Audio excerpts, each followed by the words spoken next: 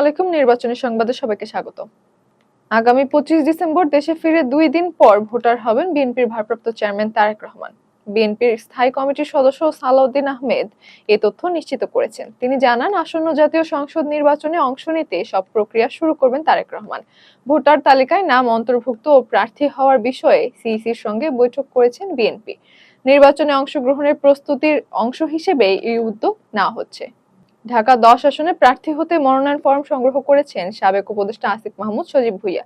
জুলাই গণ অভ্যুত্থানের নেতা হিসেবে তিনি নিরাপত্তার ঝুঁকির কথা প্রকাশ্যে স্বীকার করেন। উপদেষ্টা পদ থেকে পদত্যাগ করে তিনি নির্বাচনী রাজনীতিতে সক্রিয় হয়েছেন। হাদি হত্যাকাণ্ডের পর সব প্রার্থীর নিরাপত্তা ঝুঁকি বেড়েছে বলে মন্তব্য করেন তিনি। সরকারের কাছে প্রার্থীদের নিরাপত্তা নিশ্চিত করার দাবি জানান আসিফ মাহমুদ।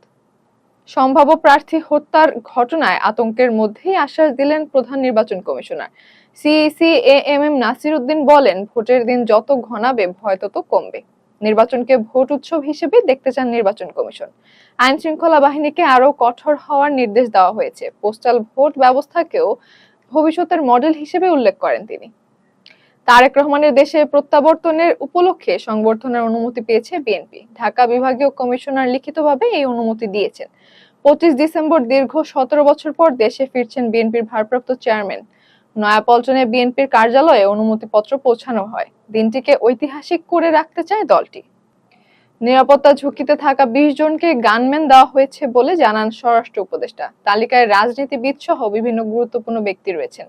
ডিজিএফআই, এনএসআই ও এসবির তথ্যের ভিত্তিতে ব্যবস্থা নেওয়া হয়েছে। কিছু ব্যক্তি গানম্যান নিতে আগ্রহ দেখাননি বলেও জানান তিনি। সংবাদ মাধ্যমের 2 সম্পাদককেও গানম্যান দেওয়া হয়েছে।